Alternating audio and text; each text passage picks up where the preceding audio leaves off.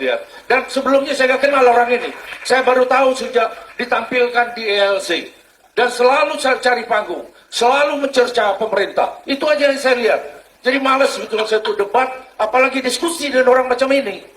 Cukup bakar.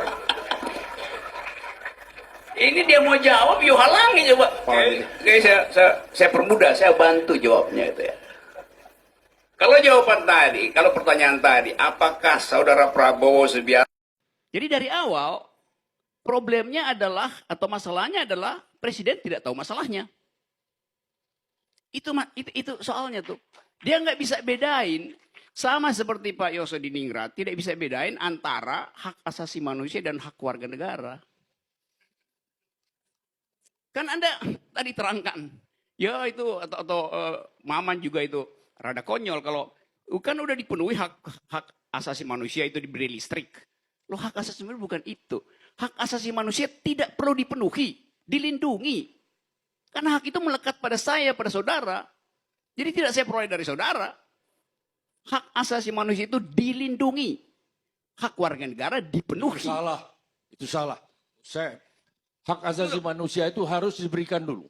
Dipenuhi dulu. Diberikan oleh Setelah siapa? terpenuhi baru dilindungi. Bagaimana mau melindungi sesuatu yang belum Karena dipenuhi? itu disebut sebagai Presiden hak Jokowi asasi. sejak awal memenuhi hak-hak yang merupakan hak-hak asasi. Nah, ini dia hak dasar dari warga negara. Itu sudah dipenuhi seperti saya uraikan sejak awal. Begini nih ya.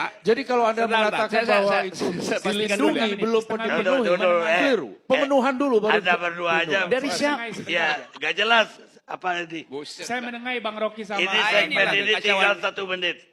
Saya harus kasih hak asasi manusia itu. Anda atau dia. Hak asasi manusia itu Bang. Saya kira dalam hal ini saya setuju dengan Anda Bang Rocky. Hak asasi itu Jangan memang bilang setuju dengan saya, bilang dia yang salah. Saya udah pasti benar tuh. hak.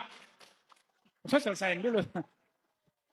Hak asasi itu memang melekat pada diri karena sifatnya dia eksistensial, dia bisa ontologis. Jadi dia maka ada prinsip prima facie dalam penegakannya. Nah, tetapi ketika negara dengan kekuasaannya merampas hak itu terjadi yang namanya violations against human rights. Nah, disitulah pelanggaran. Nah, itu yang terjadi pada zaman Orde Baru, Soeharto 30 tahun. Itu yang terjadi dan menumpuk perkara ini sampai hari ini. Tadi itu persoalan. Thank you, Bang. Udah.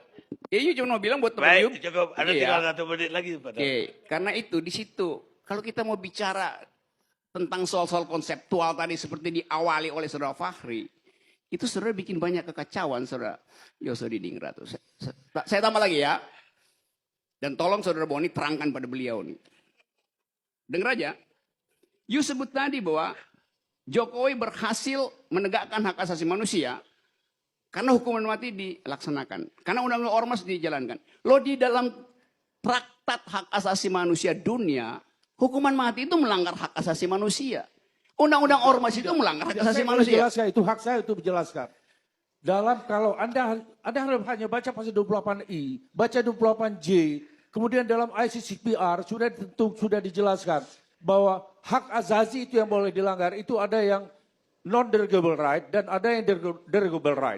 Salah. Itu hak dasar, hak yang tidak boleh dikurangi, hak untuk diadili dengan sisi peradilan yang benar. Hak dalam undang-undang tentang HAM sendiri, nyawa yang ada dalam kandungan ibu, seorang bayi ya sudah bernyawa, boleh digugurkan, boleh dihilangkan demi keselamatan ibu. Orang derogable apa non-derogable? Dalam keadaan ini, di dalam ICCPR dijelaskan, yang boleh dikurangi hak asasi manusia itu termasuk hukuman mati, antara lain terhadap kejahatan kemanusiaan. Kejahatan luar biasa. Ini kejahatan luar biasa. Internasional sudah menyatakan kejahatan narkotik dan kejahatan luar biasa. Kejahatan yang mengancam keselamatan sebuah bangsa. Jadi nggak ada alasan bahwa Anda mengatakan bahwa pelaksanaan hukuman mati adalah pelanggaran HAM. Karena hukuman mati yang dijatuhkan itu sudah melalui proses peradilan yang benar. Terbuka untuk umum, dikoreksi oleh pengadilan di atasnya. Jadi Anda keliru kalau mengatakan bahwa pelaksanaan hukuman mati itu sudah melanggar HAM. Salah itu.